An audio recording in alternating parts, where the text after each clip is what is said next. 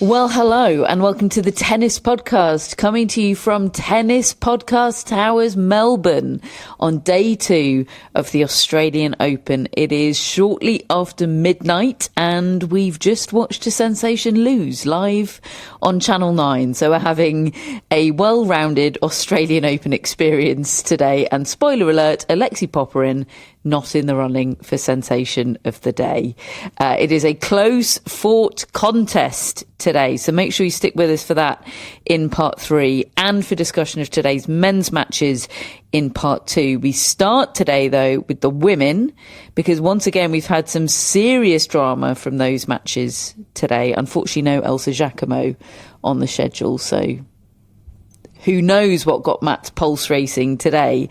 Potentially Iga Swiatek, the second seed, because despite it being straight set, 7-6, 6-3 on the Rod Laver Arena night session tonight, her match against Yuan Yue, I thought was, particularly in the first set, of extraordinarily high quality. Yuan Yue served for it at 5-4, maybe got a little bit tight, but honestly, the fact that this was as close as it was, I put down to Yuan Yue pulling out a pretty exceptional performance. I thought Swiatek was pretty great tonight, Matt. I don't know whether you read it differently.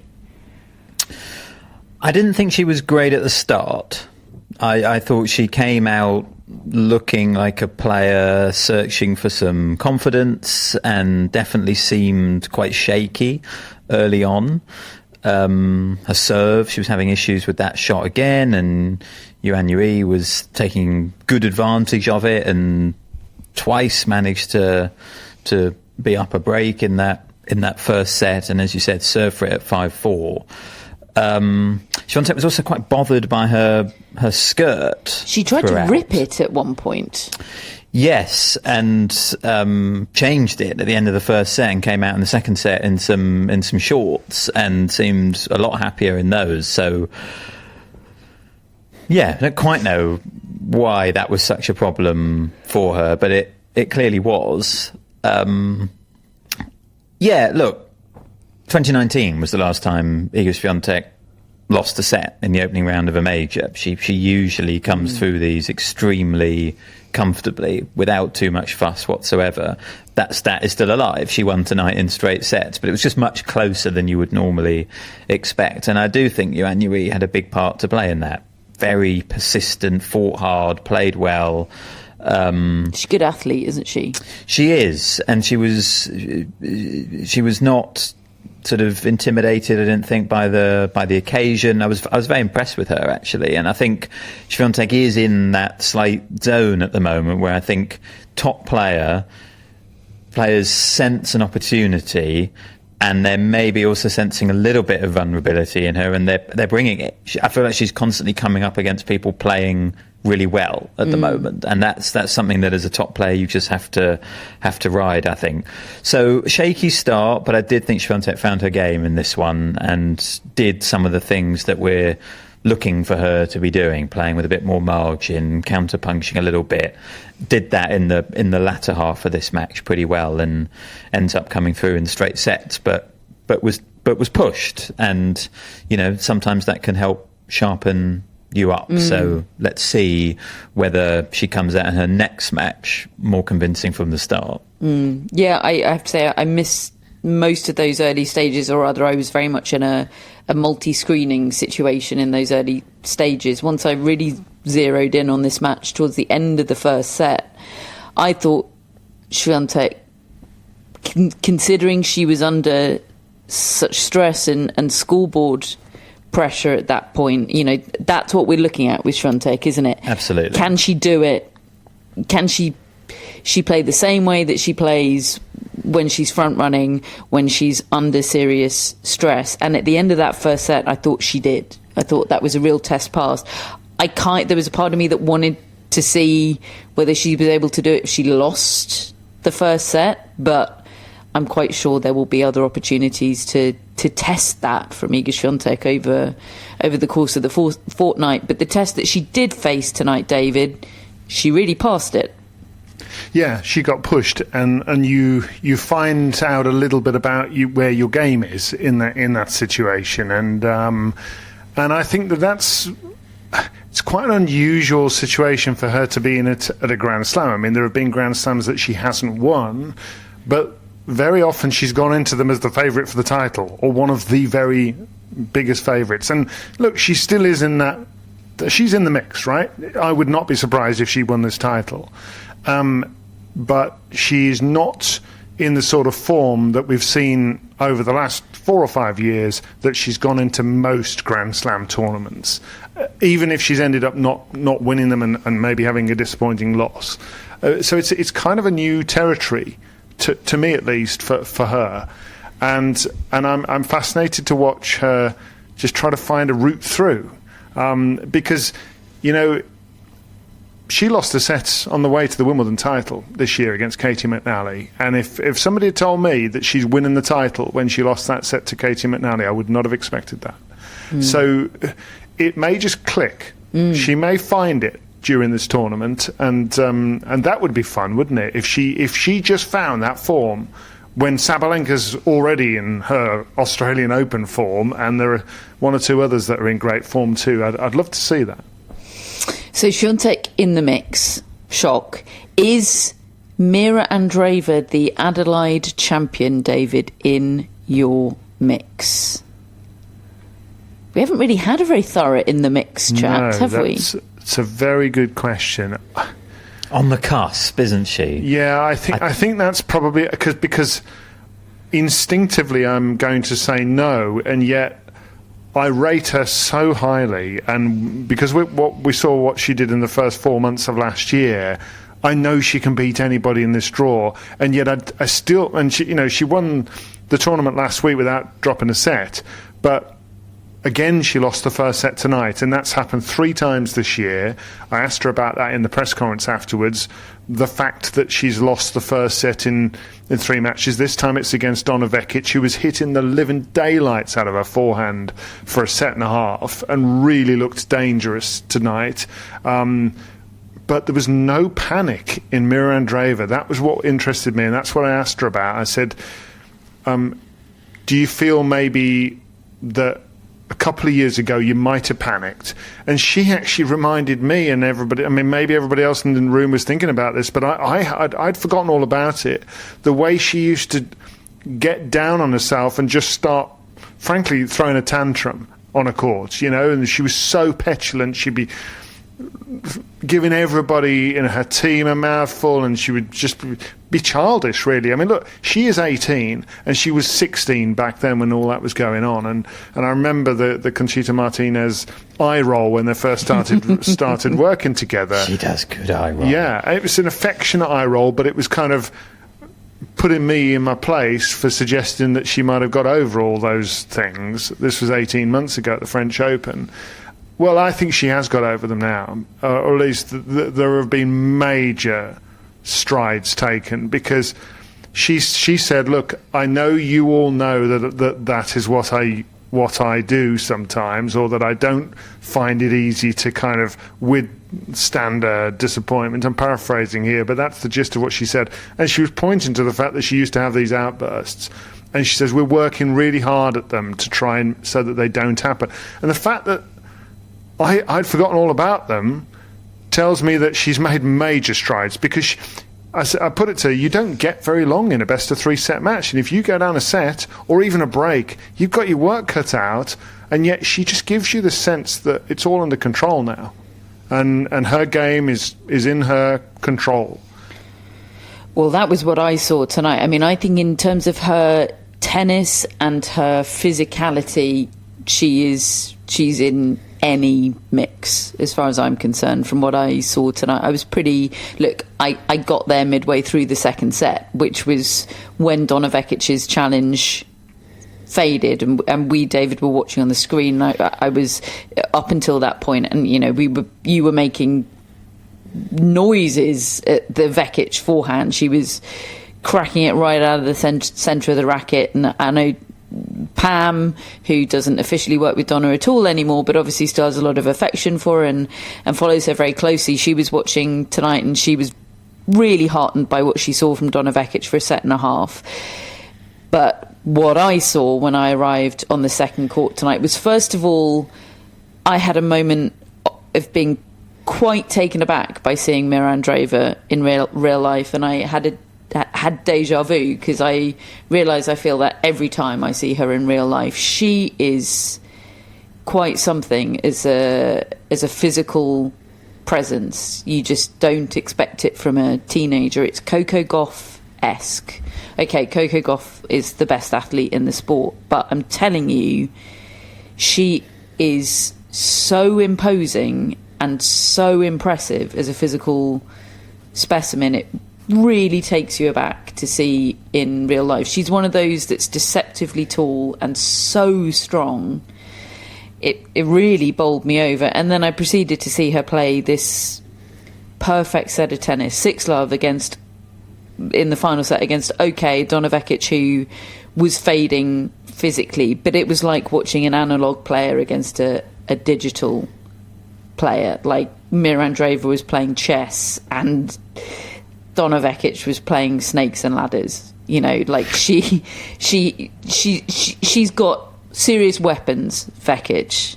Fine. She absolutely does. I'm a big fan of her game when it's on. But she won 7 points in that deciding set. She was schooled by a teenager. I'm sure that was tough for her to take, but the toolbox that Mirra Andreeva has is so exquisite. And I think it's good for her to be winning with adversity. I do, because adversity has been her struggle. Weathering adversity has been what's been holding her back, right? The Boisson match at the French Open last year is the most extreme example of it. And, you know, facing a baying Philippe Chatrier crowd is about as adverse as adversity gets. I realise that, but the tennis is there, as far as I'm concerned. Yeah, I think the only case that I could make for why I'm not putting her in the mix, like just instinctively, because you've both absolutely laid out all the reasons why she could well be, is the draw. You know, and like, if the draw... It's all about the draw with you, isn't it, Matt? It always is. The draw matters, everyone. If the draw holds up, to even get to the final, she'd have to go through Gauff and Sabalenka. And those are the matchups which have been problematic for her. She's never beaten Coco Gauff in 4 attempts.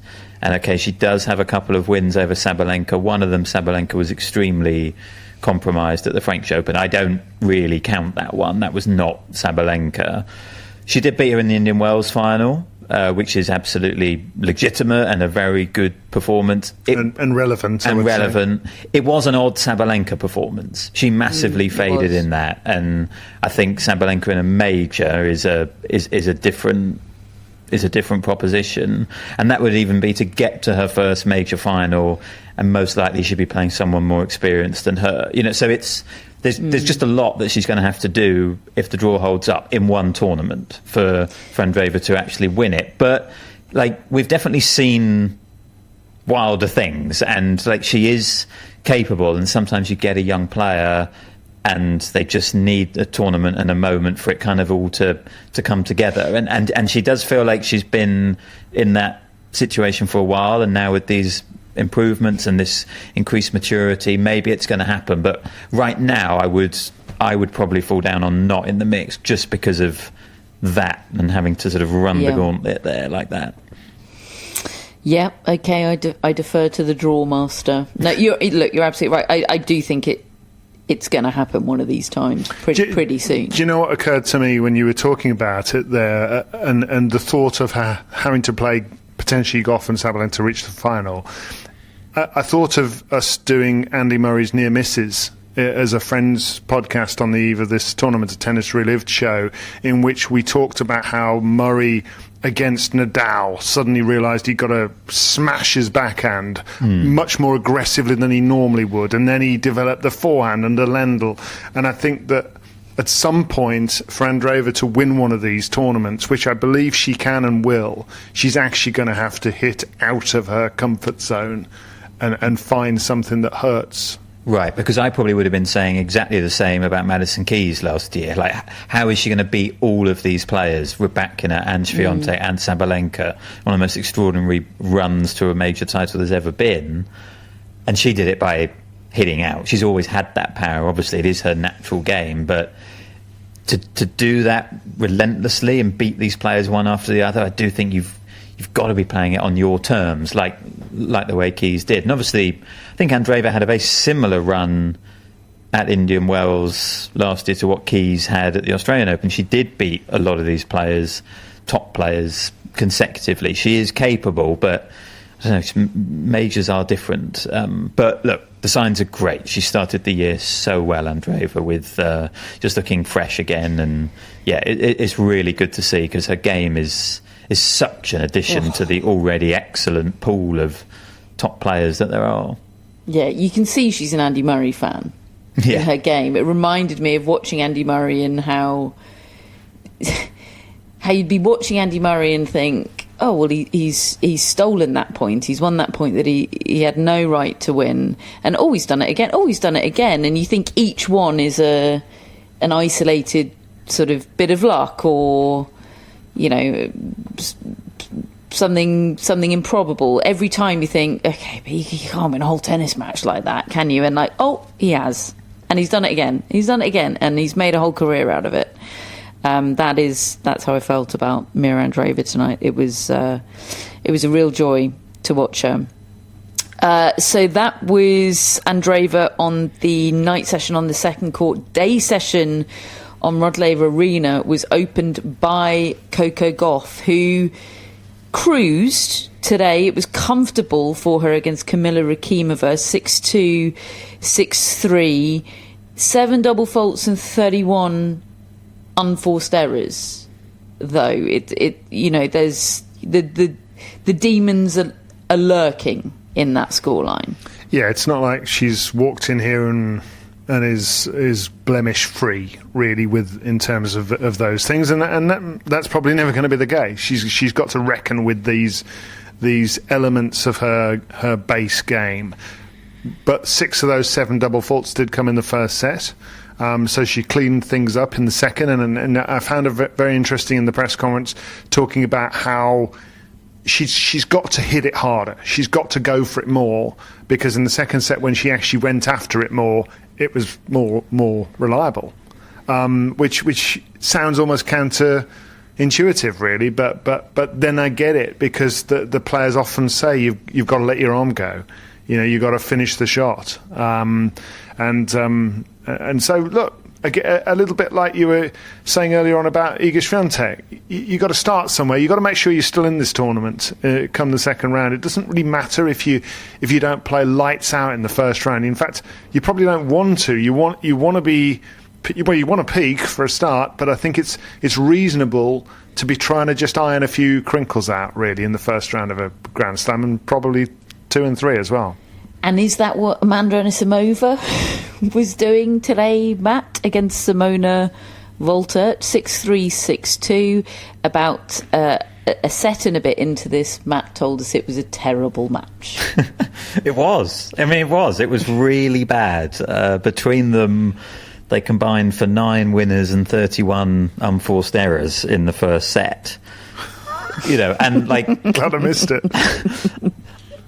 It's not about me, but I always feel a little bit bad when I'm out on a court watching Amanda Anisimova and the pod fans everywhere, and it's a dud. You've just ruined their day. I always feel a bit like, I mean, I know they're not here for me. You know, they're here for Anisimova, but I always feel like, just like, almost like it's a little bit my fault. Well, like, it is your fault. Like, I've told everyone that this is this amazing player, and playing like that? Like, oh no. But... cleaned things up in the second set massively, and the serve in particular was excellent in the second set for her. And I liked her attitude in the press conference afterwards. She knew that it was by no means her best tennis in that first set. By the way, she was never under any real jeopardy. And even though she wasn't playing well, I never thought she was going to lose even a set in this match. She just had such a clear weight of shot advantage. But what I liked about the press conference was that I think she's not going to let a performance like that get to her. She said there's no need to overthink that. I think she's confident in the level that she has now and that she's shown before, that why should this performance, where she's a little bit off it in the first set, mean more than everything she's built up over the last 9 months or so. And I think she had that really in perspective. And I think what she's just looking for in these first few matches is just to get through them without expending too much energy, and preferably find a bit of feel and form that she's not really quite had this season. But there were some signs that it was coming in that second set. So yeah, like, not a vintage Anisimova match or performance, but got the job done. Such a different situation for Amanda Anisimova and her followers to be in compared to 12 months ago, less than 12 months ago. She plays a, your words not mine, Matt Roberts, terrible match or terrible half match in round one, and you think, well, you don't want to peak in round one because she's here for the long haul, and I back her to play her way into this tournament and make it to the long haul. Like, it just feels like that's par now for Amanda Anisimova, not necessarily to reach the final as she has done at the last two slams, but maybe, and certainly to be a factor at the latter stages. It was 12 months ago that she was losing in the second round to Emma Raducanu here, and that wasn't a shock. Like, she's totally transformed her status in the game in a really short period of time, but I suppose in another sense in quite a long period of time. So there you go. She's amazing. Matt, you also watched a lot of Diana Schneider beating Barbora Krejcikova on the Kia Arena, which for a set, David and I were watching this on the screens. I was a bit distracted by Bertuk van der Zandschulp because a bit. I just can't take my eyes off it. I look forward to your review of that. He beat the 28th seed. He took out Brandon Nakashima. He looked totally unbothered. But I mean, he loves playing a seed. Yeah, I'm worried about the next round. Yeah. Anyway, I think that's as much Bertuk as we can justify in a round one podcast, unless he's taken out Carlos Alcaraz. Diana Schneider. Yeah, David and I were watching this on the screen. What we saw in the first set of her match against Krejcikova, first set Krejcikova won, was just Krejcikova looking peak, just that smooth, utterly distinctive tennis that is so emphasised by that neon racket that she plays with, the sort of the arc of her racket through the air. The lightsaber racket. It's so different to any other tennis player. She just cuts different shapes and forms on the court to anybody else, and it was so wonderful to watch. And that is not how the match ended. No, it's not. It ended with Diana Schneider winning it in 3 sets, and with Krejcikova's knee just being an increasing factor through the match. You know, it's a factor as soon as she walks out, because she's got enormous strapping on it. Like, she's not hiding anything. You know that there's an issue there, and yet, as you said, played like a dream in that first set.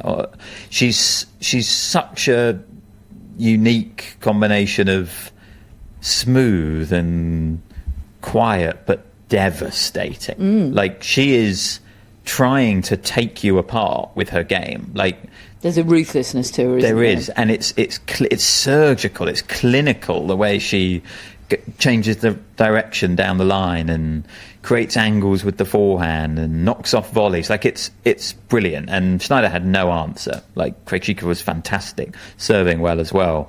But Schneider dug in well. I was quite impressed with that. Like, she, even with a player playing so well, she kept fighting and just sort of grabbed her chances when they came, and sort of kind of stole the second set in a way. I really felt like Krejcikova was still the better player in that second set, but Schneider pinched it. She started to create angles of her own, latched onto a few returns, started to read the Krejcikova game a bit better, knew when she was going to go back behind, that sort of thing, holding her ground.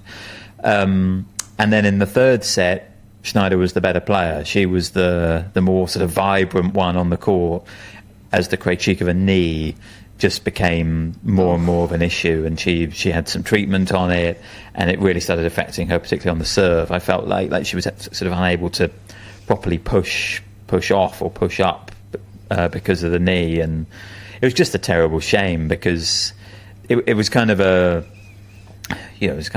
microcosm of the Krejcikova career, really. Like, you see what she's capable of, the brilliant tennis, but also the physical struggles came and eventually held her back. And yeah, it was disappointing, even if it was a good effort from Schneider to turn it around. And she was a real vibe in the on-court interview afterwards, talking about how she's going to seek out some highlights of her match today, because she enjoyed so many of the winners that she hit, which I thought, yeah, you do you.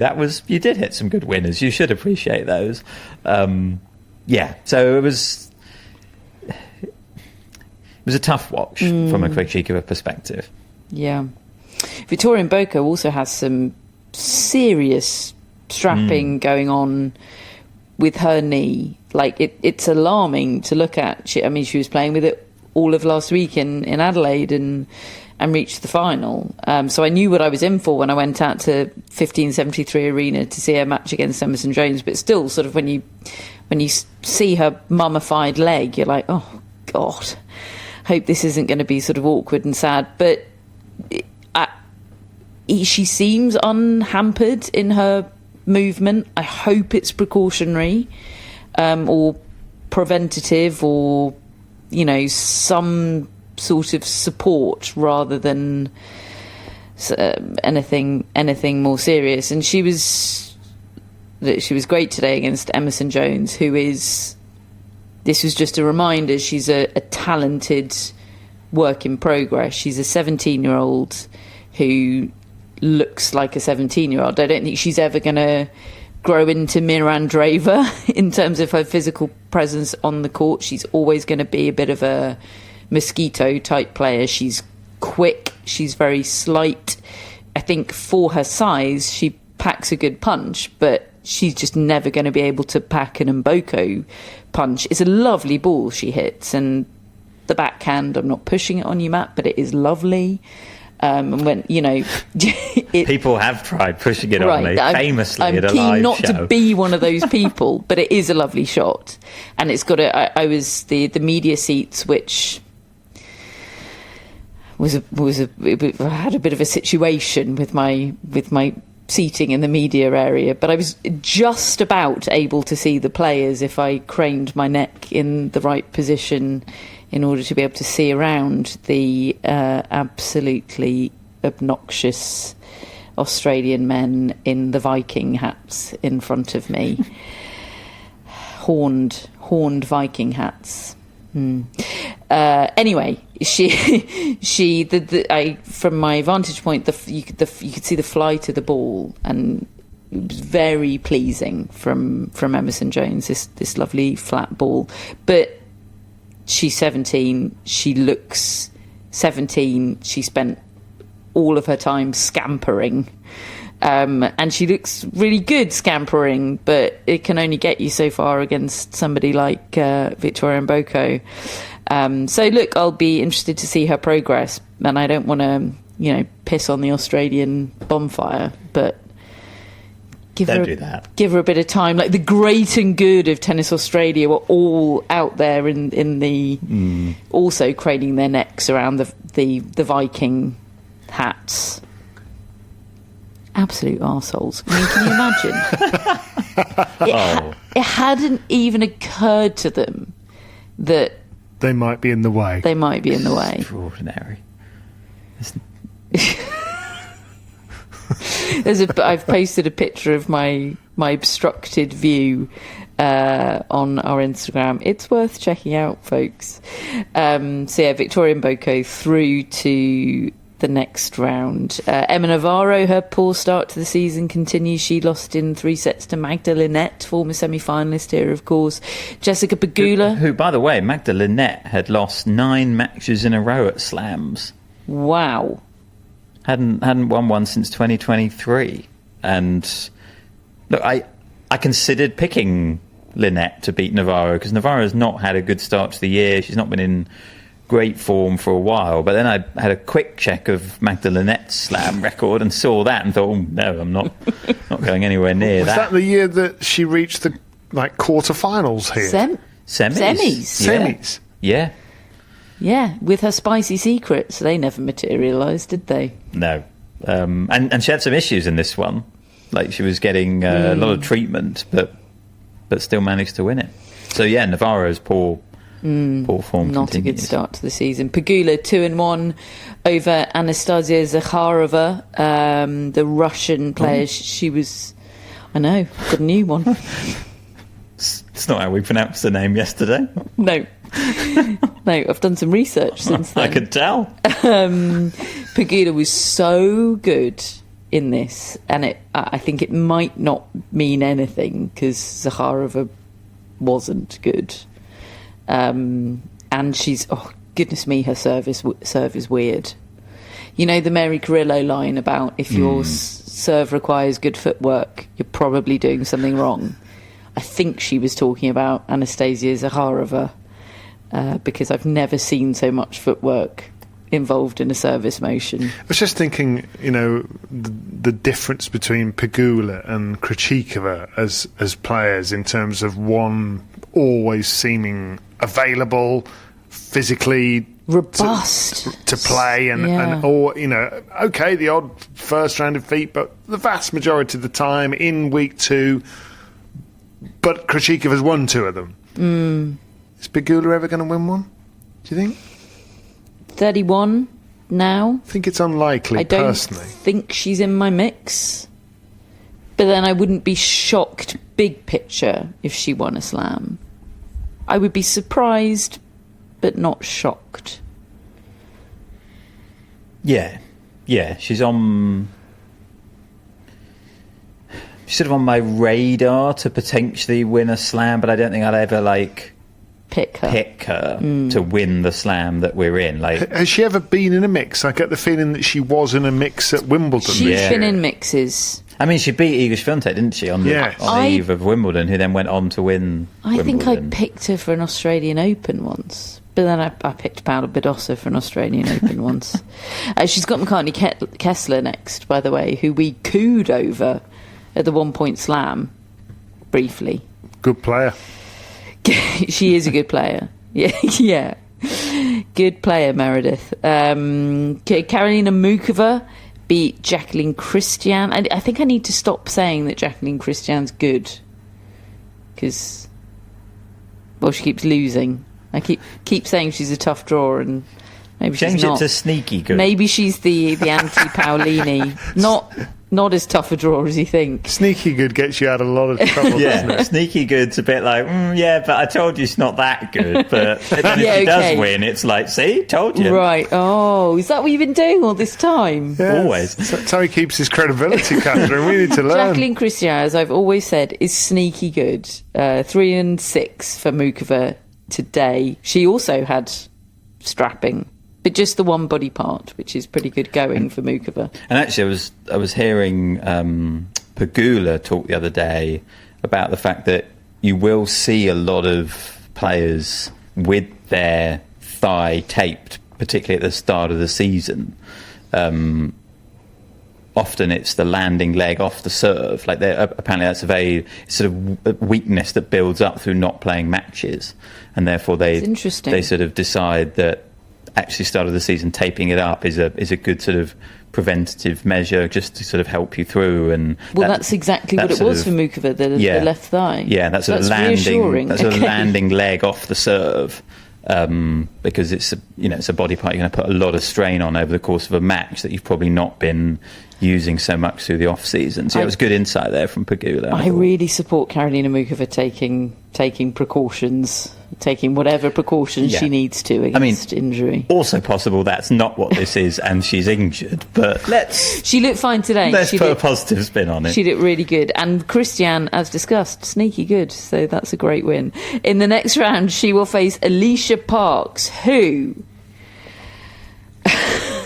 beat Alexandra Eala of the Philippines today in just a match with the most extraordinary scenes over on court number 6, the bar court. It is sort of a show court. It's got the medium-sized stand with the bar at the back of it. It's more than just one of the outside courts with sort of standing area, but it was nowhere near big enough for the utterly overwhelming volume of Filipino fans or Australian fans with Filipino heritage or whoever that just wanted to support Alexandra Eala today. But there were, the place felt like Manila today. It was absolutely unreal. It was deafening anywhere in the vicinity of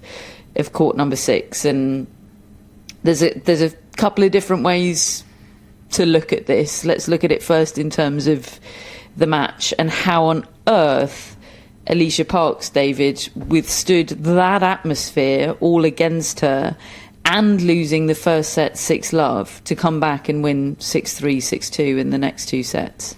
Yeah, if it wasn't so joyous on one hand, because who doesn't want to have an atmosphere like that at a sporting event? And it was incredible. Not only were there thousands inside that relatively small court, but probably a couple of thousand. I'm not exactly sure how many you can get in there. But then there were also big screens put up. The organisers realised just how many people were on site that had come to support Alexandra Eala on a grounds pass, because that's what this court was available to, and put it on all the big screens around the entire site.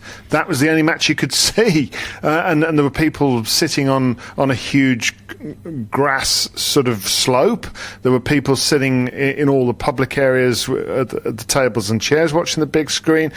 But on the court itself, every time Eala hit a winner, and in the first set there were a lot of them. I mean, she won the first set 6-love. She was playing out of her mind. It was like she'd won the title pretty much every point. And when Parks won a point, it was crickets. I mean, she had her own little pocket of support, but it was basically silent, and disappointment as well. If she got a net cord, people were like, "Oh," it's just and how you withstand that. I mean, I don't exactly know how she managed it really, but she kept her composure throughout the entire match and found a way back into it and won. I mean, I think a huge achievement, really, by Alicia Parks. And it was it was packed and vocal and uproarious and joyous on court 6, but also pretty much around the entire grounds at Melbourne Park, David, because this match was oversubscribed in terms of ground pass holders that had seemingly come in just to see Alexandra Eala by seemingly a factor of about 50-1. Like, all of the bars, all of the viewing areas, even we kept on getting shots of a roof of a nearby stadium. It might have, was it the Rod Laver Arena? The shot was very close up of some men in quite a precarious-looking position dangling this enormous Filipino flag over the structure. Like, it's something that the journalist Ben Rothenberg has been talking about a lot over the last 24 hours. In fact, in his Substack Bounces, as soon as the order of play came out, he raised an eyebrow at the court allocation of Alexandra Eala and said, look, I think they're underestimating the volume of people that are going to be wanting to see Alexandra Eala today, and so that proved right, and he's been tweeting about it a lot today. And in fact, in response to somebody that is quoted one of those Ben Rothenberg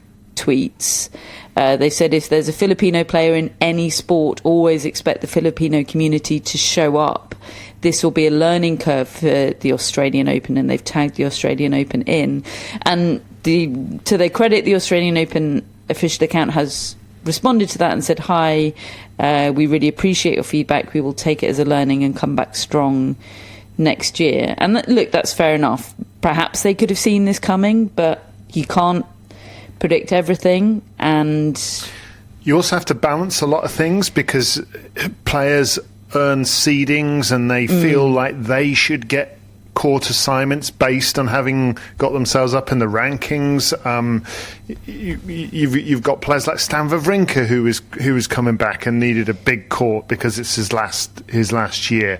But overall, I feel as though you have to try to satisfy public demand and sensibly house it, because you had thousands there that could have been in a bigger court there. Yeah, and maybe this forms part of a wider tapestry that we should touch upon about crowds at the Australian Open. It's not something we've never talked about before. It feels like it's been an issue, particularly in the opening days for the past couple of years, and we get announcements, don't we, in the press room about attendance every day, and they've been smashing attendance records into smithereens the past few days. Yesterday, on opening day, they had their first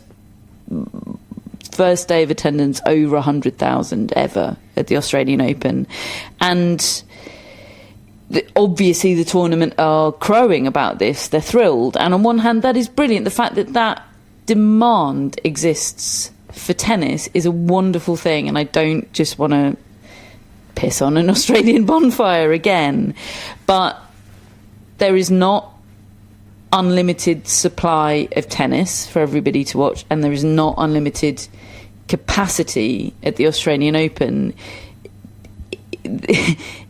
There is a limit to how much celebrating increased attendance is a good thing, and we have had a number of messages on Instagram, on the barge, people getting in touch in various different ways saying that they have had disappointing experiences as tennis fans attending the Australian Open, particularly as grounds pass holders. Usually that's a great trick at a Grand Slam, isn't it? If you're a proper tennis fan, just whether you can't afford or just don't want to fork out for or maybe don't get lucky in a ballot for a show court ticket for one of the opening days, get a grounds pass, and you'll still be able to see absolutely elite tennis on an outside court, and you'll see things that surprise you and make your heart sing and all the rest of it. And people aren't able to have that experience. Proper tennis fans aren't able to have that experience because you're having to queue for hours in some cases to get on these outside courts, and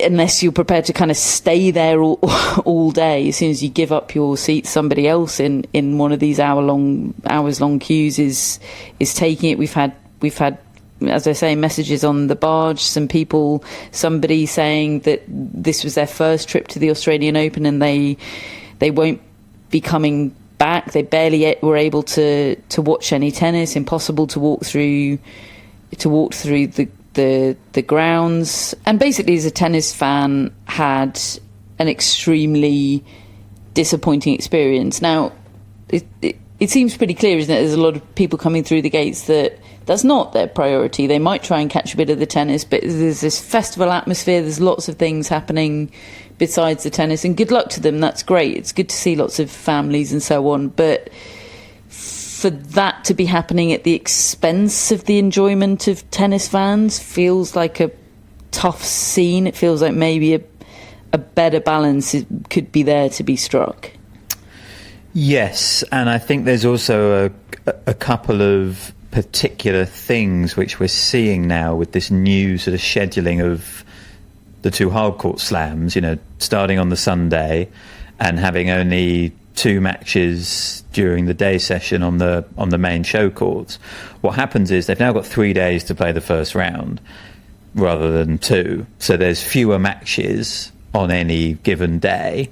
So therefore, there's less tennis for people to see if they're showing up, and there's more people concentrated on one place because there's not loads of other matches happening.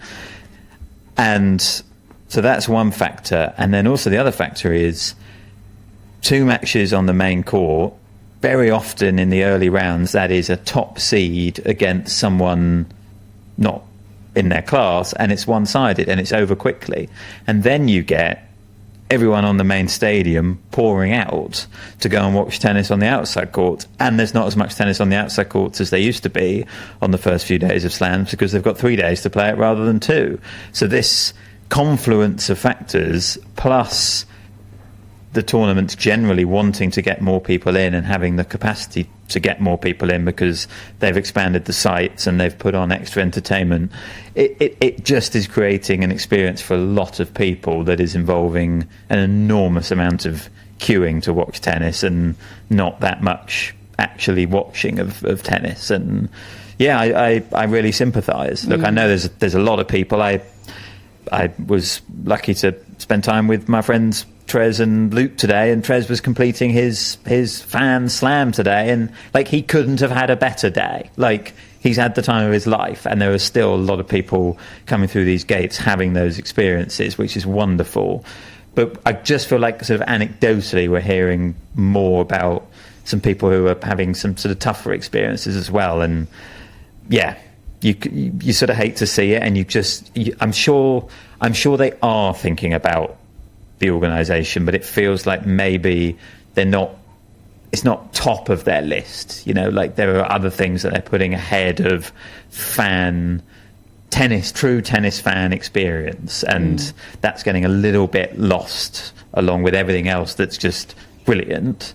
But yeah, some of these organisational things are having an impact, and yeah, I think it's good to talk about them.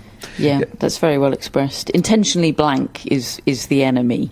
Yeah, there's so much intentionally blank. You've got queues and queues of people trying to get on the outside courts just to catch a glimpse of Bertik van der Zandschulp. Meanwhile, all the show courts are sitting intentionally blank. What are we doing? Yeah, no. He's worth the queuing time, folks. Just very quickly on Eala. I think it's going to be important for us not to have outsized reactions to her defeats, and I'm not saying that we have done today, but because I feel like her matches are constantly going to feel like these massive big deals, and she's going to feel like a absolutely top-ranked player because of the amount of interest that there is in her, and yet she's a young player still developing, and that support that she has, which she's absolutely phenomenal with it, she really appreciates it. She understands it's a special thing. She lost today, but she was signing autographs for such a long time afterwards and talking about how she approaches these things with a spoonful of gratitude in her great little turn in her press conference. But none of that is her doing, really. It just so happens that she is the only top player from her nation, and there's this great interest in her. And I just feel like she needs to be allowed the space to develop as a tennis player in the same way as someone who is from, say, the US, where there's so many players and so many other attention can be, because not all the eyes are on her. She's a great player, but she's also a player who's got some pretty big fundamental flaws in her game. And just because she's got this massive support, she shouldn't be expected to be doing phenomenal things. Does that make sense? It's important. And I think she absolutely understands that. You just sort of hope that with all of this attention, it sort of just stays that way. I'm a little bit concerned about that going forward, but I trust I do trust her. I think she's fantastic. Yeah, incredible poise. Yeah. Important. Very well said. Thank you, Matt. That is it for part 1. We will be back in part 2 to talk about the men, and in part 3 to talk about sensation of the day. But first, of course, a word from our wonderful sponsors of the tennis podcast throughout the Australian Open. It is, of course, Steve Furgal's International Tennis Tours, the premium hospitality and experience provider. And as well as that, of course, an official ticket and travel package provider for Roland Garros 2026. Now, why should you experience Roland Garros with Steve Furgal's then? Well, with 50 years of tennis travel experience, Steve Furgal's offer official access, thoughtful planning, and premium options at one of the sport's most iconic events. From tickets to hospitality, everything is designed to enhance the experience without complication. I think what they mean there is faff. But you can't put faff in an official script. I get that. Tennis podcast listeners, of course, can save 10% on Roland Garros ticket packages with Steve Furgal's to experience Paris the official way. You know what to do. Just go to tours4tennis.com/podcast. That's tours, the number 4 tennis.com/podcast, and save 10% on your dream trip to Paris with the code PARIS10. We'll see you there. Welcome back to part 2 of the tennis podcast on day 2 of the Australian Open. And of course, the main men's story is Novak Djokovic, the man that simply becomes the main character, of course, whenever he steps on a tennis court. And he was very comfortable today against poor old Pedro Martinez, David. 3-2-2 for Djokovic. Martinez, he's lost first round of the main tournament. He's gone out of the 1-point slam. He's leaving here with virtually nothing, poor old Pedro. Yeah, and he faced pretty much the best of Novak Djokovic today, who was pristine. I got out there onto the court at the end of the first set, and I passed Matt Futterman of The Athletic going the other way. And Matt Futterman had been watching a first set? Yes, he had. Breaking his own rule? He had. And his early impressions, I said, what do you think, Matt? He said he is going after his shots big time. Have I been hustled by Novak Djokovic in a pre-tournament press conference? Well, I mean, look, I think it's understandable, I suppose, that he might have been slightly more up for play in the match than he was talking to us. But I mean, look, I had the same impressions of him in that press conference as you did. He didn't look exactly full of the joys, and he didn't seem that up for it, and he seemed a bit knackered. Maybe he was. But he didn't look that way tonight. And when you walk into that stadium and turn around and you see the place absolutely full of your national colours and flags flying, how could you not be energised by that? And he was. He hit. I said to Matt Futterman, so it's like bully boy stuff. And he said, yeah, it's not. He's not waiting. He's going after it. He's pulling the trigger a lot, regularly. He obviously was feeling really confident. He was feeling the ball well. And, you know, a couple of games into the second set, or halfway through the second set, it flashed up on the screen that he hit 27 winners by then to single figures, I think 6 of Martinez. Now, Martinez is a perfect first-round opponent, really. He hits a nice ball in the slot, really, for Novak Djokovic, the level he's at. But it still takes the execution that Djokovic is able to produce when he's playing well. He's not always playing like that, you know, in the last year or so. This was a really encouraging first-round performance, I think. Wow. Rolling back the years, just like Stan Wawrinka on the Kia Arena, David. He dieseled all over Laszlo Djere. It did. It took him a few sets, yeah. And I mean, look, he's obviously, I mean, of course, he's not the player he was, but he's still one heck of a player and a competitor. And the crowd absolutely loved him. That was good court assignment from the Australian Open. Just big enough to get a really good sized crowd in, but intimate enough that it felt like just us. It was. I went out there for the final throws of that, and he played some. It's less spectacular than it used to be. There's not quite the gasp-inducing backhands with regularity. It's more canny. He's playing canny backhand slices and getting himself out of trouble. But he found the shots when he needed to. It was great stuff.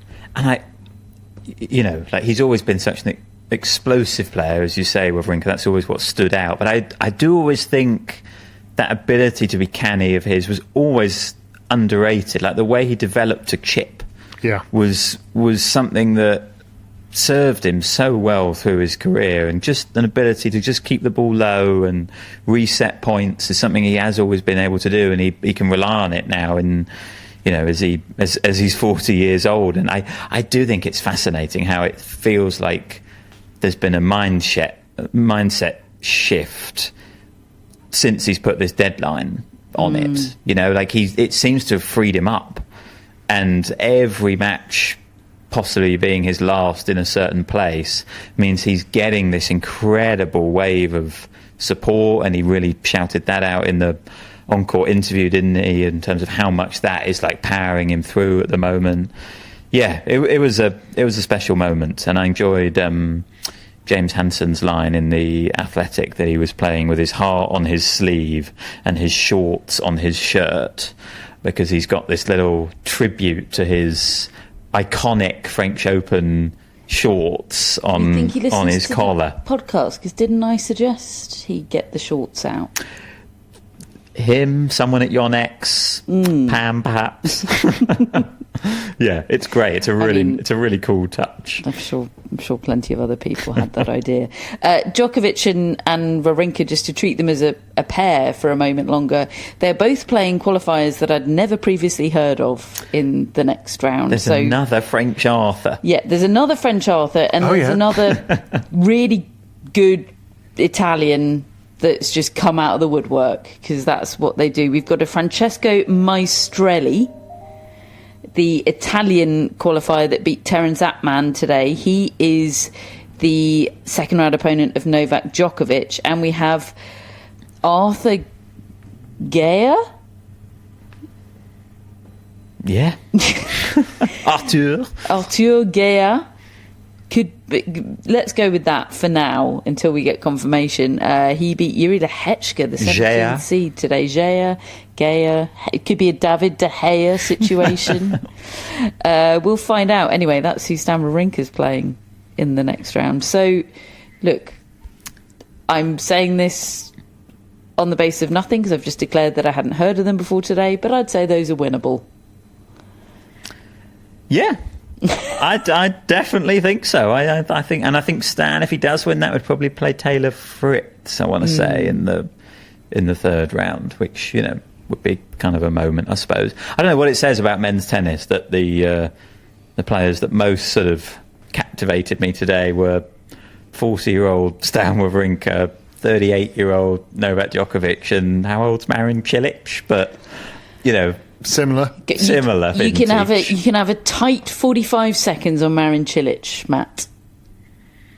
Well, we were on Triple Bagel watch, and if you're listening to this, you might be thinking, "Oh God, was Marin Cilic about to be triple bageled?" No, he was leading 6-love, 6-love, 1-love. It became Matt's entire personality for about 20 minutes over Daniil Altmaier, who was a very credible, good players. Got a win over Yannick Sinner at a Grand Slam. And I saw Daniil Altmaier walk onto that court with Marin Cilic, and Altmaier he had a big smile on his face. I didn't think he was going to be in bad form. Well, I have to say, I wasn't watching the match until the scoreline piqued my interest. I saw 4-love Cilic, funny 5-love, 6-love, okay, what's happened there? And then suddenly it was 6-love, 4-love, and I was invested.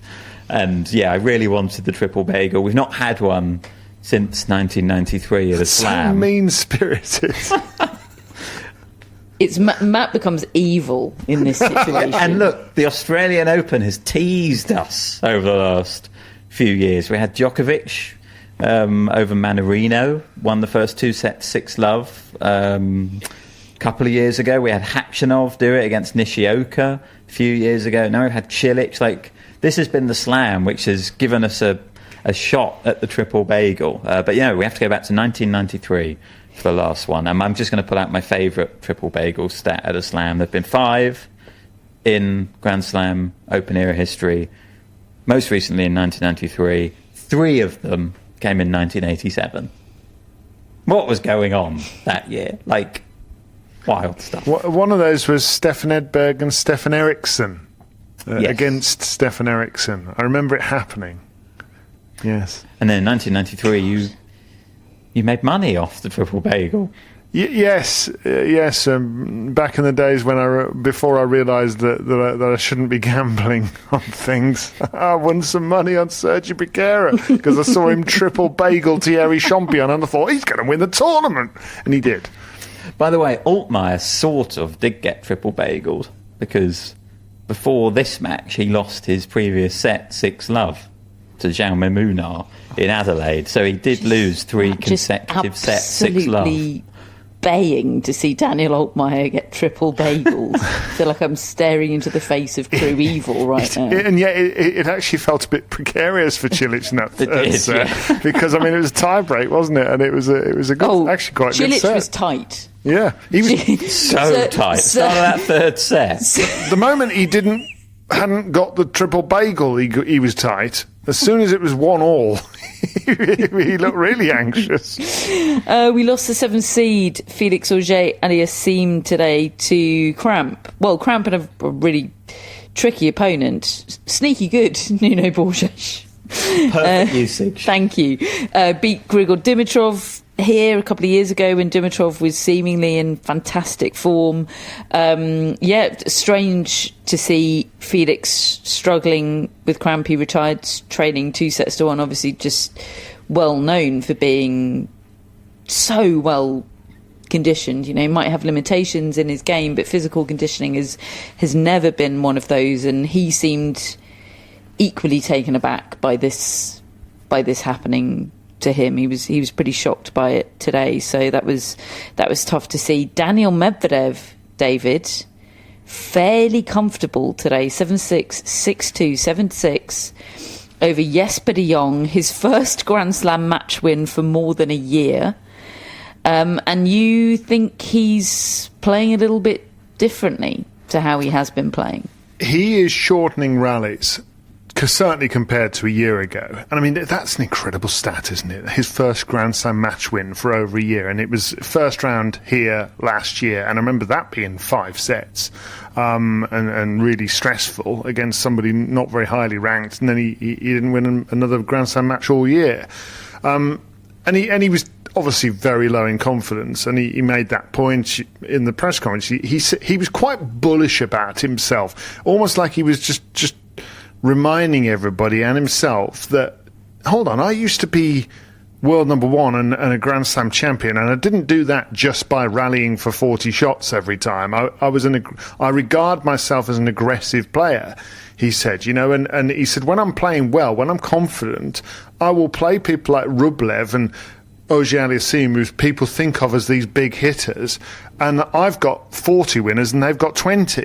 He's defending himself a little bit there, but he also observed that, yes, that is how I want to play. I know his team, when his new team that he put together, which is Thomas Johansson and Rowan Goetzke, who used to work with Richard Krejcik, they share the guidance of Marin Cilic now, and I know those guys a bit, and I've spoken to them, and the gist of it is they do want him shortening rallies. They don't want him hanging around. He's 29 years of age. There's only so many rallies you can play of that length without running your battery down, and he's doing it. He's going after his serve more. He's hitting down the line a lot with his ground strokes, and crucially, his team have been getting him to practice at the net. They want him at the net. They want him volleying. They're wanting him shortening the points. He's not a natural volleyer. He looks terribly uncoordinated at times. It doesn't mean he can't put the ball away. if he sets it up and goes and finishes the thing. And also I think just generally they want him to keep control of his emotions as much as he can. I mean, he is an emotional guy. You don't want to lose that. But yeah, I think a lot of it's about trying to be efficient, and that, as hard as that is news about Auger-Aliassime, that's a shame for him. That's a good player that you've removed from Medvedev's path in the fourth round if he keeps making progress. Absolutely. Great intel. De Minaur, very comfortable against Mackenzie McDonald on the Rod Laver Arena day session today, 6-2, 6-2, 6-3. Will this be the year he goes all the way? Words we heard on Channel 9 today. You never know. They're only asking the question. Wasn't that like being beamed out on the big screen as many people were queuing to get Fed in? Square. Yeah. Learner Tien came from 2-1 down to beat Marcus Garone. Good effort from Tien. That he's tough, Garone, and he was pretty down and out in this match. Yeah, and actually, I said all the older chaps were holding my attention today. I would also throw Tien in. Like this was an impressive comeback, and he's a good show. Tien, he's a great watch. And look, he's still in Medvedev's section. There was a part of the day where it looked like he was going to go out of Medvedev's section as well, but that is still potential fourth round. And something I noticed today: 21 aces for Tien in this match. He's changed his approach a bit on the serve. Like he's not getting as high percentage of them in on the first serve. That's been diminished, but he's trying to get a bit more out of it. He's trying to go for it a bit more, and I think that's probably quite a good idea. Like you just cannot really get to the top of men's tennis without having a serve that gives you some free points, especially in these grueling 5-set matches. So 21 aces, 10 double faults as well. Like he's going for it a bit more. So it's going to be interesting to see how that plays out, because obviously the serve has been the shot where everyone's commented on it. He's got to improve on it, because the rest of his game is so good. Okay, that's it for part 2. Join us in part 3 for Sensation of the Day. It's a close one today. Welcome back to part 3 of today's tennis podcast. Without further ado, we move on to the adjudication for Sensation of the Day. We have 4 contenders, folks. 4. We have Storm Hunter, who beat Jessica Buthas Monero. She was the first sensational winner of the day. 6-4, 6-4 on the Kia Arena. She was 3-love down in the first set. She was 4-1 down in the second set. Remember, she's qualified, Storm Hunter. She spent more than a year out of the game rehabbing an Achilles rupture, a potentially career-ending injury, one that devastated her really when she was absolutely at her peak up until this point. She was doubles world number 1 when it happened. I think it's pretty clear where my vote's going. There you go. But I found that quite an emotional scene really for Storm Hunter out on the Kia Arena. Then we had Priscilla Hon, who sort of scored a win over Marina Stikusic. Let's just say this match ended with Priscilla Hon pulling Marina Stikusic by the foot, who was sat in a wheelchair with her leg extended. Priscilla Hon pulling her by the foot off court to assist in the momentum of her wheelchair. I think she's fine, Stikusic, but those were the scenes at the end of this extremely bizarre tennis match. Yes. I think it was cramp that Stikusic had. I think so. She twice fell over, sort of collapsed onto the court in pain in that third set. It was right in the hottest part of the day when this match was happening. Hon herself had a medical timeout on her shoulder, and she was absolutely ruthless, Hon, when Stikusic started playing again after suffering with the cramp. Like, first 2 points back, immediate drop shots.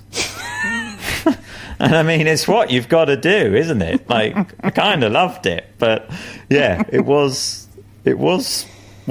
There's a different side to Priscilla Hon, who is sort of best friends with everyone on the WTA tour.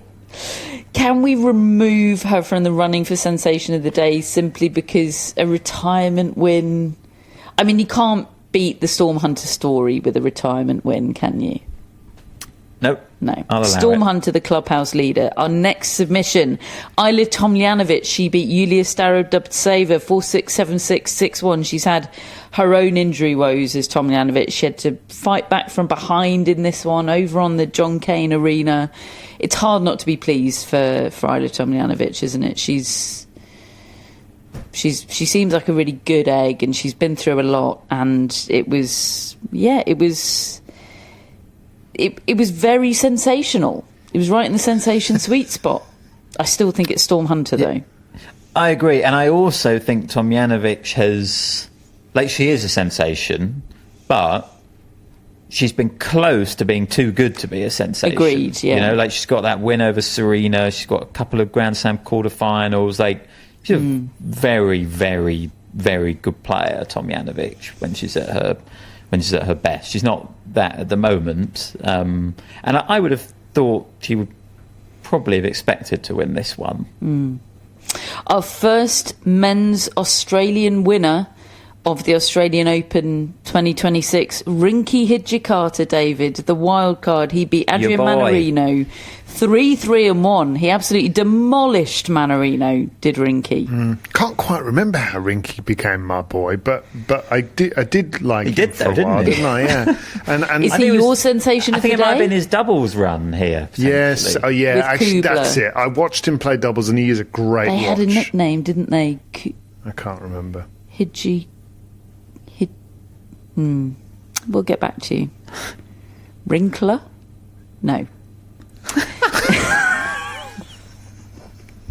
Is he your sensation of the day? No. It's Storm Hunter, isn't Storm it? Hunter. There we go. Yeah, Boom, well deserved. done. You've won the Rufus Australian Monero's Open, Storm. got a touch of the Saccharies. Yeah, okay. Much better when she's not got the lead. But Storm Hunter really took advantage of that, which was lovely to see. And yeah, I like that scheduling as well out on Kia Arena for her. She had a good crowd there. Okay, very quickly whizzing through tomorrow's order of play. We start on the Rod Laver Arena, 11:30 as always, with the defending women's champion Madison Keys up against Alexandra Oleinikova of Ukraine, which is a new name on me, but she's direct entrant into the main draw, so let's see how she gets on against Madison Keys. I think there'll be some nerves at play for Keys tomorrow, very understandably. Ben Shelton against Hugo Humbert, second match on RLA. Then in the night session, Hugo Gaston against Yannick Sinner, marking your cards that if Hugo Gaston beats Yannick Sinner in straight sets tomorrow, Reggie gets 1,000 points in the predictions competition, and we might as well shut up shop. For the rest of the year. Yeah, that would be enough to win this year and potentially next year's competition. He goes big or he goes home, Reggie. That is for sure. Naomi Osaka is last on the RLA night session tomorrow against Antonia Ruzic of Croatia. The second court is Lorenzo Mazzetti. Is he fit? Who knows? Let's find out tomorrow when he takes on Rafael Collignon. Then it is Elena Rybakina against Kaya Juvan. Night session, Katie Bolter taking on the in-form Belinda Bencic. Stefanos Tsitsipas last on the second court against Shintaro Mochizuki. John Cain Arena starts with a very tasty matchup between Maya Joint, contender for sensation of the day if she beats Teresa Valentova, or if she just puts in a good effort and none of the other Australians win. Karen Khachanov against Alex Mickelson, second on. Taylor Fritz is playing out there. We have sensation against sensation last on, and I'm not sure how we deal with that in sensation of the day, but we cross that bridge tomorrow. We're guaranteed a winner. Birrell against Inglis. We're guaranteed a winner, so it sets the bar for the others that someone's going to have to win. True, that's true. Yeah, Maya Joint, you have to win. Taylor Preston, another potential sensation of the day on the Kia Arena. Rolling back the years, it's Karolina Pliskova against Sloane Stephens. Unbelievable. On Kia tomorrow. Gael Monfils playing his final Australian Open. And Grigor Dimitrov against Thomas Mahatch. Quite exciting. Yeah. I'm into that. Late night Kia Arena. That actually could be fun. We're all going to get drawn into that, aren't we? Last about 90 minutes. Yeah. Join us for tomorrow's tennis podcast right off the back of Grigor Dimitrov retiring against Thomas Mahatch. No! Or Thomas Mahatch retiring against Grigor Dimitrov. Join us to find out. Or Mahatch just not turning up. Yeah. All likely scenarios. Right, folks, that is your lot for today, except to say hello to our wonderful mascot, Gus. And I really do mean that. I'm looking at another picture of Gus with her brother. I don't want to misgender a dog. I can't remember if Tumble is a sister or a brother, but Tumble is gorgeous. And the content we're getting from Gus is just... it's making my day, so thank you, Gus. Hello to our mascots. Hello, Bodie. Hello, Maisie. Hello, Roger. Hello to our top folks and executive producers, Greg, Chris and Jeff. Let's have some shout-outs, Matt. We have Mary Klestat from Melbourne. Right, Mary. Hello, Mary. We know Mary. Yeah. Long-time listener. Very Absolutely. much so. And there's lots of Marys, but it's Mary Carrillo, isn't it? I mean, you don't need any others. Already mentioned on today's pod, so thank you, Mary, for making it a 2 Mary Carrillo mention pod. Love that. Hope you're enjoying the Australian Open, Mary. Mary says, I love all tennis except pointless exhibitions. And I see the lot at Tennis Faff, which Mary spelled Phaff. Well, look, I don't think there is an official spelling of faff because the New York Times spelling bee doesn't accept F-A-F-F. So you do you, Mary. I really like that. And actually, I realise how I don't know, British, I suppose, faff is when in our Instagram mentions quite a lot. Yeah. People always like, you're talking about faff again. Yeah, but... I've learnt a new word. A lot of people say. It's a great word. If the people querying that could give me an alternative, more universal word that filled that void. No one wants a different word. They love it. Oh, okay. Great. Thanks. Thanks, Mary. We've also got Aaron Roth. Hello, Aaron. Right, Aaron. Like Crickstein. Yes, now we're talking. Aaron says, I've had Aaron Crickstein 3 shout-outs in a row. I don't care! It's the best one, Aaron! Matt, the way Matt leaves a pause for us to walk into his booby trap. Catherine came up with it this time, and she was... Well, that's different, isn't it, Aaron? Aaron, it's different, because Catherine came up with it, not me talking about 1991 against Jimmy Connors, but I will. Anyway. Matt, say something while I Google tennis Aarons. Well, Aaron says, what about Erin Routliffe? And I'm not sure. I'm not well, sure that's why you're getting Aaron Crickstein every year, He's Aaron. a world-class Aaron. God, we've let him down. I feel like I'm telling Aaron off. It is 1:30 in the morning, Aaron, and that is all we've got. Yeah. But we'll work on it for next... We always say that too. Maybe there's a great young talent called Aaron that'll save our bacon. Yes. Thanks, Aaron. Thanks for coming back. Thanks, Aaron. You're a legend. Knowing full well it's going to be Aaron Crickstein again. Love that. And finally, we have Dorinda. Hello, Dorinda. Hi, Dorinda. Dorinda Bonanno. Oh, hello. Hi, Dorinda. Who is originally from Melbourne, but now lives in Connecticut. If I say we've driven through Connecticut, is Dorinda going to say, every year Catherine says she's driven through Connecticut? Actually, no. Great. So we've driven through Connecticut then. And we're in Melbourne. Yeah. Exactly. And Dorinda would like to shout out her sisters-in-law, Catherine and Beth. Well, they sound great. Same church, different pew. And Beth. Dorinda, Catherine, Beth, Aaron and Mary, thank you ever so much for being friends of the Tennis Podcast. We love you. We love being a part of the Athletic Podcast Network. We will be back tomorrow. Thank you for listening. We'll speak to you then.